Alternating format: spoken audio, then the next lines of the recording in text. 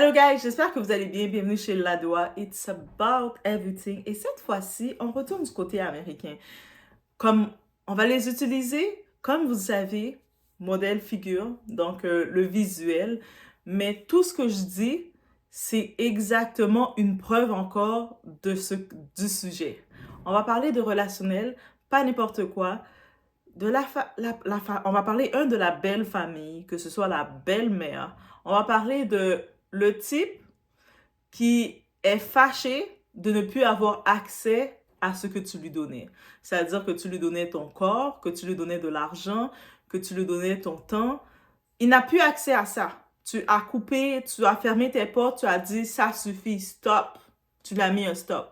Ce type-là, peu importe le titre qui était pour toi, qu'il était ton mari, qu'il était ton ami, ton chéri, le père de tes enfants, crois-moi, toute sa nature envers toi va sortir et son entourage immédiat, que ce soit sa mère, que ce soit sa tante, ses soeurs, ses frères, toutes, ils vont sortir aussi.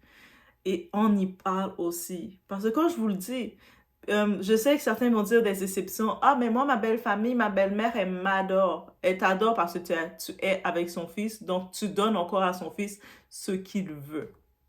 Aussi simple que ça. Mais crois-moi, derrière les trois murs, est-ce que tu penses réellement qu'elle dit vraiment tout ce que tu penses? It's about everything.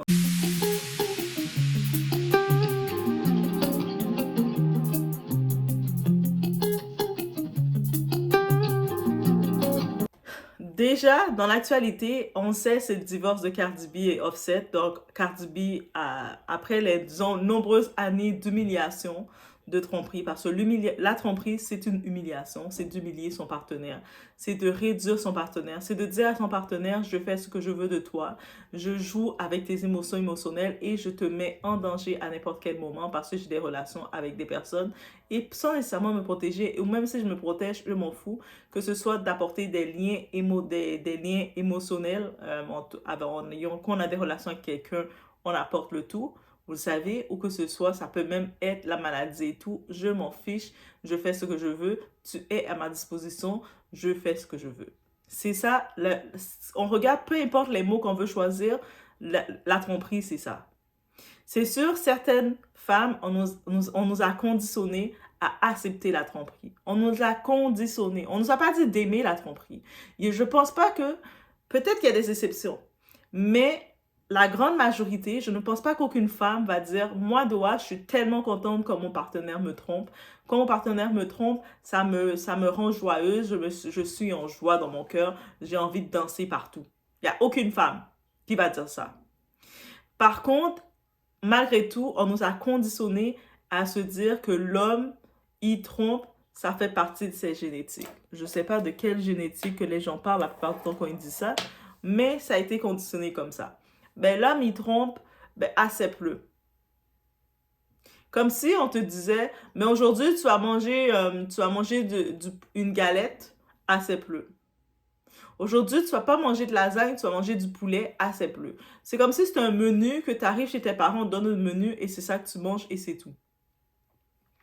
Alors que la tromperie ne doit pas être acceptée. Le manque de respect ne doit pas être accepté. Être en danger dans son foyer ne doit pas être accepté. Être prise pour acquise dans son foyer ne doit pas être accepté. Donc, bien entendu, beaucoup de gens le font et beaucoup dans la culture, on l'a conditionné comme étant un fait. C'est tout à fait normal de l'accepter. Et là, maintenant, on va sur l'histoire de Offset. La réaction d'Offset est complètement typique. Et même sa famille qui réagit. Parce que Cardi B, récemment, elle a exposé le tout. Parce qu'on sait qu'Offset, il n'arrête pas de l'attaquer. Depuis encore plus quand il a vu qu'elle s'est remise à date. Donc, elle va pas rester assise sur une chaise et à se dire, mon mariage est fini, ma vie est finie. Comme beaucoup d'hommes aimeraient que la femme fasse. Quand ils se disent que tu as fini ton histoire, ils s'attendent que après eux, c'est ta fin. Alors que souvent, après eux, c'est là que ton éclaircissement commence. Après eux, ta bénédiction commence. Eux, ça veut dire qu'ils n'étaient pas ta bénédiction. Et beaucoup d'hommes, le fait qu'ils ne peuvent pas accepter cette réalité, mais devinez quoi? Ils sont en colère. Ils sont en colère que tu tournes la page. Ils sont en colère que tu veux voir ailleurs. Ils sont en colère que tu ne veux plus rien, si tu ne veux pas accepter la médiocrité qu'ils te donnent. Parce que l'amour-misère, c'est d'accepter la médiocrité qu'on te donne. Alors que toi, on te conditionne à donner le plus. Et on entend dans la relation d'Offset, c'est intéressant parce que les deux sont riches. Cardi B est peut-être maintenant un peu plus riche qu'Offset. Au début, il était plus populaire qu'elle. Elle est ambitieuse. Elle a dépassé. C'est ça, quand tu es avec quelqu'un d'ambitieux, il peut être plus bas au début, mais tu vas le voir monter. Et puis, bref, Offset, elle avait déjà exposé le fait que pendant Noël, le 25 décembre, Noël, les fêtes, on sait qu'en Amérique, aux États-Unis, ils fêtent beaucoup les fêtes. Donc, ils célèbrent beaucoup les fêtes même. Donc là, maintenant, elle avait déjà exposé que Offset, pour la punir, c'est pas parce qu'il n'a pas d'argent, c'est pas parce qu'il n'a pas la possibilité de le faire, mais c'est pour la punir, il a puni les enfants. La pire chose qu'un homme peut faire, ou qu'une femme aussi pourrait faire, mais là, on parle d'Offset, la pire chose qu'un parent peut faire à son enfant. De le punir pour la séparation entre les parents. Donc lui, elle a dit qu'il a évité, il a refusé d'aller voir ses enfants, ses enfants à elle, qu'il a eu avec elle, et de les donner des cadeaux. En plus, ce sont des petits-enfants, qui eux autres, ils vivent déjà la séparation de leurs parents, et là, ils voient que papa décide de ne pas les donner de cadeaux, d'être puni contre eux. Et c'est pas tout. En voyant que le divorce est imminent, va venir, et sachant qu'on comprend que Cardi B, elle était financièrement, elle faisait plus d'argent, mais elle mettait aussi plus d'argent dans le foyer sans compter parce qu'elle voulait que son foyer marche malgré les infidélités de son mari qu'elle pardonnait à plusieurs reprises. Comment je m'explique? Donc, on a vu la maman d'Offset fâchée parce qu'on peut imaginer que Cardi B, elle était généreuse avec sa belle-maman. Et sa maman, étant fâchée, elle décide de faire la même tactique que son fils. Donc la pomme ne tombe pas loin de l'arbre. Son fils est un pourri, sa mère va être une pourriture. Aussi simple que ça. Et sa mère a décidé de punir aussi les enfants de Cardi. On peut même plus... Est-ce qu'on dit encore les enfants d'Offset, les enfants de Cardi? En évitant d'aller voir, on les méprisant, et puis il y a des paroles qui sont sorties, qui sont venues, qu'elle parle mal d'eux. C'est ses petits-enfants. Moi, je suis comme, hey!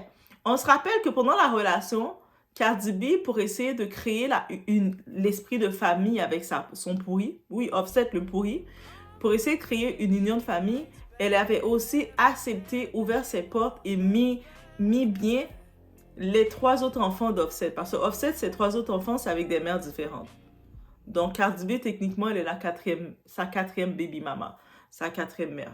Donc, déjà, c'est un red flag. Peut-être pour certains, on va dire, c'est possible que oui, un homme peut avoir un enfant, c'est arrivé, puis c'est une relation, ça n'a pas fonctionné.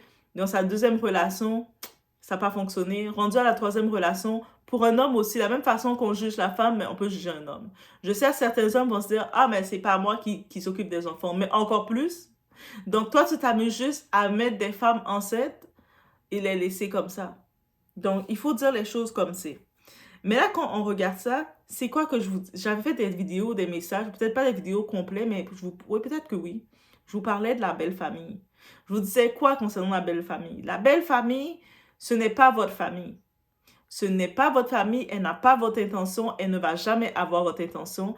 Et même quand vous voyez la belle-mère, c'est la complice de son fils. La femme est toujours la complice de son fils. Donc, la belle-mère, qui est la belle-mère, elle regarde ses intérêts. Si elle voit que son fils dépense toujours son argent, c'est un rappeur qui commence à être... Il a plus trop de rien qui arrive. C'est un rappeur qui commence à perdre et qui dépense beaucoup parce qu'il vit sa vie de rockstar, de rappeur. Mais il n'a plus le train de vie pour dépenser. Malgré tout, il essaie de prendre des filles pour les impressionner. Donc, il perd de l'argent, mais il ne fait pas de deal. Et là, il se rend compte que la femme qui était le gagne-pain de la maison, laisse son fils. Dans sa tête, vous pensez qu'est-ce que sa mère va penser? Vous pensez que sa mère va prendre du côté de Cardi B? Non. Elle va prendre du côté de son fils et elle va être fâchée contre Cardi B, même si elle sait que Cardi B a complètement raison. Ton fils, Offset, on l'a tout vu. Il a trompé à de nombreuses reprises Cardi B. En plus de tromper Cardi B, avec certaines femmes à qui il la trompait, il parlait mal d'elle. Que ces femmes allaient dans les blogs, dans les sensationnalistes, dans les blogueurs, dans les journalistes pour essayer de faire un peu d'argent, pour essayer de se payer un repas avec les journalistes. Elles allaient raconter ce qu'il les avait dit, des intimités qu'il disait de sa femme. Donc, est-ce que c'est encore pire?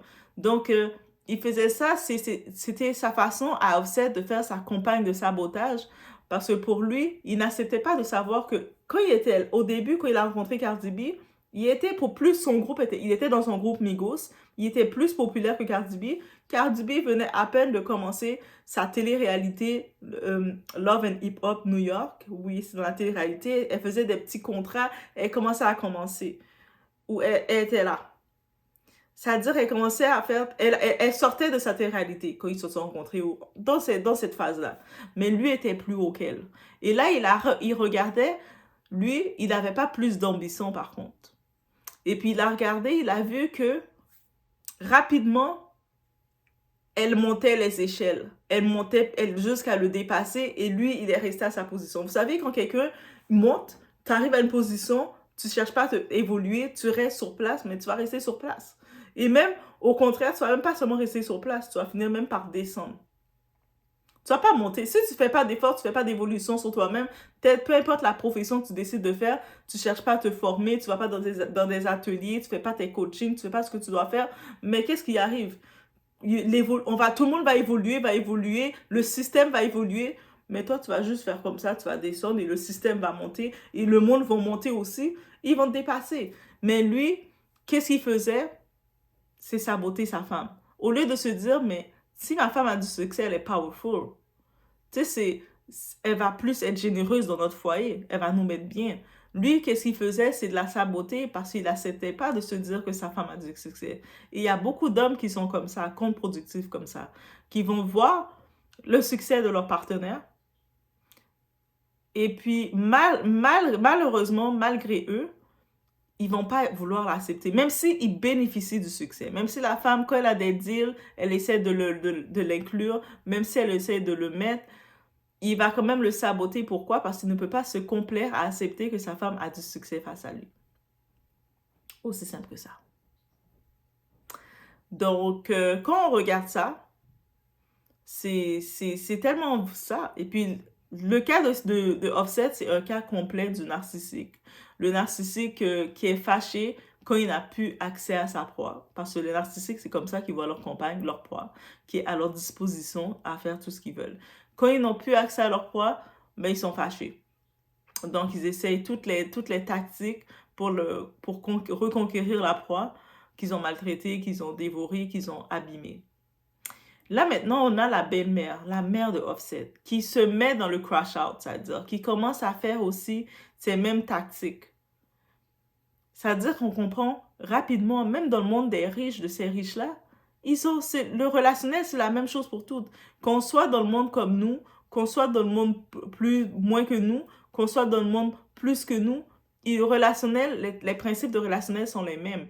On vous dit, ta belle-mère, tu la respectes, tu la dis des bonjours, bonsoir, mais tu gardes tes distances et tu te rappelles que ce n'est pas ta maman. Ce n'est pas ta maman, tu t'en rappelles. Tu te rappelles que même quand elle va te dire, elle veut te flatter parce qu'elle veut avoir des choses de toi, elle va te dire, t'es la meilleure belle-fille. Toi, t'es tellement mieux que l'autre. L'autre était tellement mauvaise. Et j'ai entendu cette phrase-là.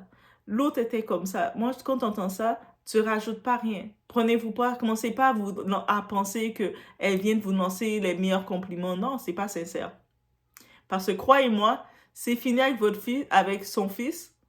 Même dans la rue, si elle vous salue, c'est encore parce qu'elle a un peu de politesse, de savoir-vivre. Même pas de politesse, de savoir-vivre. Si elle vous rencontre dans la rue et puis elle vous fait « Oh, allô ?»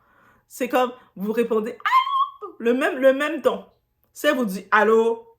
Allô, le même temps. Il n'y a pas plus, pas moins.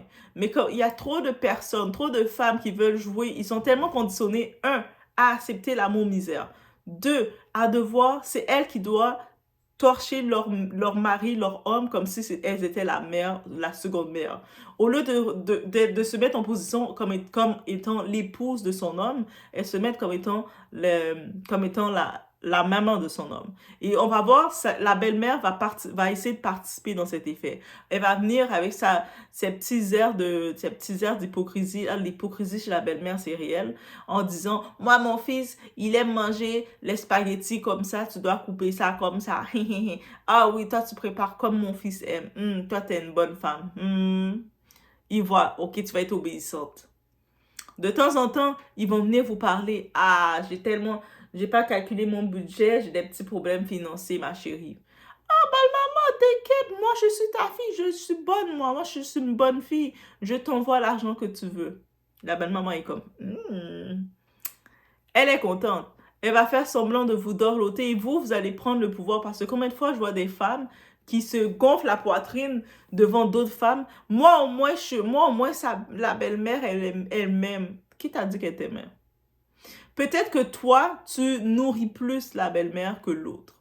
Peut-être que toi, tu te laisses plus manipuler par la belle-mère que l'autre. Mais ça ne va pas dire qu'elle t'aime plus. Parce que quand son fils va venir devant sa mère et dire, maman, je n'aime pas cette femme-là, je ne veux plus rien savoir d'elle, elle m'énerve, elle me donne mal à la tête. Croyez-moi que la belle-mère, même vous recevoir, elle ne va pas vouloir vous recevoir. Même les enfants que vous avez eus avec son fils, qui sont ses petits-enfants, comme le cas de la mère d'Offset, elle va être prête à le faire avec vous. C'est tellement un cas éminent, guys, que c'est réel. Et c'est pour ça que on doit pas penser que quand on parle de relationnel, c'est pour une certaine type de personne. C'est humain, c'est comme ça que ça fonctionne.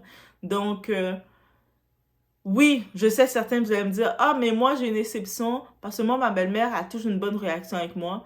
Maintenant, la question que je vous dis, soyez honnête avec vous. Regardez, faites la liste de ce que vous faites pour cette belle-mère. Ah oui, c'est vrai. Quand ma belle-mère a besoin de quelque chose, je lui fais ses transferts rapidement, ou sinon, je suis toujours là pour lui servir de taxi, lui rendre service à sa disposition, ou sinon, je suis là pour m'occuper des enfants de mon gars. Mon gars avait eu comme plusieurs autres enfants dans des autres foyers, puis je les ai toutes pris à ma charge. Hmm. Quand je suis dans la maison, tu sais, je fais en sorte que je prépare toutes les repas que son fils aime comme elle le faisait. Donc, j'ai pris note sur elle et je suis très obéissante avec elle. C'est-à-dire, même quand elle reçoit, elle fait une fête chez elle, je vais venir plus tôt pour la servir parce que je suis à sa disposition. Donc, je suis à sa disposition. Ou même, elle est au courant de tout ce qui se passe dans notre foyer parce que je me confie à elle. Il y a tout ça qui rentre en compte. Faut pas croire que, même quand vous faites tout ça, faut pas croire qu'elle vous aime. J'en ai entendu des histoires, des témoignages des femmes qui faisaient la bêtise. Elles prennent leur argent pour... Elles veulent montrer qu'elles sont la meilleure femme. Ah oui, moi je suis la meilleure femme. Moi je tolère mon mari qui me trompe. Moi je tolère mon mari qui me sabote. Moi je tolère mon mari qui me ment. Moi je tolère tout de mon mari. Je tolère tellement de mon mari que maintenant je vais même venir au plus de être responsable de mon mari, que ce soit financièrement, de temps, de tout, d'énergie, de tout. Je vais même aussi venir être responsable de sa maman. Ah oui, mon mari est tellement bon mari. Il est un bon mari que c'est moi qui paye presque 60% des factures. C'est moi qui dois s'occuper des enfants, de tout. De temps en temps, quand il sort pour aller se détendre et aller voir d'autres femmes parce qu'il est tanné de voir ma tronche. Mais moi, je vais même lui préparer, m'assurer qu'il porte des bons sous-vêtements bien frais, bien propres. Eh oui. Et là, vous allez même, au-delà de tout ça, commencer à, bébé, il faut faire des gestes pour tes parents parce qu'ils ont été bien pour toi. Ben, je vais aller construire une maison au pays pour ta mère. Oh oui, bravo. Et souvent après, vous, dans votre famille, vous allez rien construire. On va construire pour ta famille. Oh, on va aider à investir pour telle famille. Oh, t'as ton frère ici qui a besoin de lancer une entreprise. Laisse-moi investir pour lui. Parce que c'est mon frère, c'est mon beau-frère. Vous allez commencer à jouer là. Vous êtes la femme parfaite. Et pendant ce temps-là, quand votre mari est en train de vous... Pendant que vous êtes en train de jouer à la femme parfaite devant les gens parce que vous avez besoin de l'approbation de ces gens-là, parce que c'est votre schéma, c'est votre trauma de vie. Donc, vous avez manqué d'amour, qu'on vous dit que vous étiez bonne, ou vous avez... Vos parents, c'est comme ça qu'ils vous ont créé ça. Donc, vous allez chercher l'approbation sur la belle famille. Vouloir montrer que vous êtes bonne. Moi, je suis bonne, moi. Ah ben oui, t'es bonne. Pendant ce temps-là, lui, votre mari, sa famille, ils sont au courant qu'il a une deuxième femme. ou une troisième, ou une quatrième. Sa famille même sont au courant qu'il va voir les filles qu'il va voir, ou il est au courant, oh, il avait une fille dans tel coin, il avait une fille en Espagne, il en avait une au Portugal, il en avait une au Maroc. Il commence à nommer toutes les endroits que ces femmes y sont. Ils savent toutes. Même quand il arriverait quelque chose à votre fameux mari, ça serait au moment du deuil, vous allez voir arriver, vous allez les voir saluer toutes les femmes de votre mari.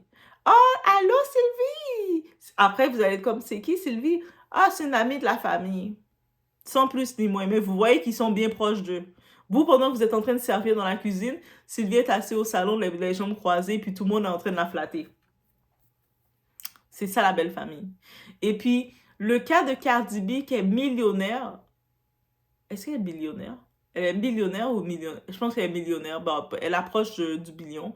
Mais son cas, ça ne change pas de notre cas à nous aussi. On doit arrêter de penser acheter l'amour de la belle famille.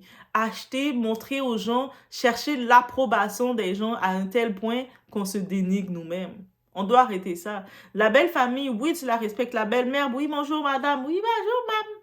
Ça va bien? Oh, oui, ok. Oh oui, tout est beau. Ah, tout est beau et gloire à Dieu. Bye. Et c'est tout. Même si elle va parler sur vous, dire, ah, mais Doa, elle est pas assez... Doa me donne pas assez accès à elle. Elle se confie pas à moi. Mais Doa, elle a une maman. Elle a un papa. Elle a une famille pour se confier. Pourquoi elle a besoin de se confier à toi plus que ça? Elle s'est assez confiée, elle t'a respecté, elle te parle bien, elle t'a tutoyé, vous voyez comme il faut. Et quand c'est ton anniversaire, elle va préparer une belle petite carte pour toi, te dire « Joyeux anniversaire, belle maman! » Aussi simple que ça. Mais Doa ne te doit pas de te faire des transferts où tu es là, ah ben, j'ai pas calculé mon budget pour le mois, Doa, donne-moi de l'argent. Pardon? Non. Et ça, c'est une chose, il faut être clair avec cette belle famille. Si on n'est pas clair, on va découvrir. Ils vont nous faire voir la clarté. Donc, c'était vraiment un fait que je tenais à laisser savoir parce que c'est réel. Donc, je laisse sur ce. Force à Cardi B. Donc, le divorce, c'est pas facile. Donc, elle n'a pas à s'inquiéter. Elle a plein de monde autour d'elle. En plus, elle a le beau Stéphane. Stéphane Diggs, un beau footballeur là, pour la détendre. Et tout ce qu'elle fait, elle nous expose la réalité. Et c'est ça qu'on aime à Cardi B. Elle nous expose la réalité. Il n'y a pas question, je sais que certaines personnes vont trouver ça comme du jugement. Parce que dès que tu viens apporter des faits ou tu parles d'une relationnelle, de quelque chose qui arrive, il y a toujours des gens qui vont dire « Mais pourquoi tu juges? » Mais d'où on voit le jugement? C'est-à-dire que quand on voit une action qui se fait, on ne peut pas rien dire pour certaines personnes parce que vous avez été tellement conditionné à accepter ça. Vous avez tellement été conditionné à accepter de vous dire « Ah, mais tous les hommes, ils trompent. » Si maintenant Doa vient dire « Mais t'es pas obligé. Déjà, tous les hommes ne trompent pas. Donc, un homme qui trompe, c'est qu'il n'est pas en mesure de se contrôler. Et ça, c'est dangereux. Et puis, si tu décides de te mettre avec un homme, sachant qu'il trompe tous ses partenaires, il ne sait pas se contrôler, c'est comme si tu vas mettre ta tête dans le feu et t'espères pas te brûler. Je vais mettre ma tête dans le feu et peut-être je vais pas me brûler, moi. C'est insensé. Donc, voilà, c'est tout. C'était mon petit feedback que j'ai vu. Je t'ai parlé face à tout ça. Je laisse sur ce, bonne réflexion. The enemy in my bed all along. I wasn't only competing with these bitches. I was competing with my nigga. And I didn't even fucking know. That's crazy. That's crazy. But you know what? That's fine. Because a motherfucker will never get a bitch like me. Now, he don't gotta worry about that. Because you will never fuck with a bitch on this status. Now that's why niggas gotta fuck bitches that are below me, that are beneath me. They gotta embarrass me publicly because they were competing with me. They couldn't take me.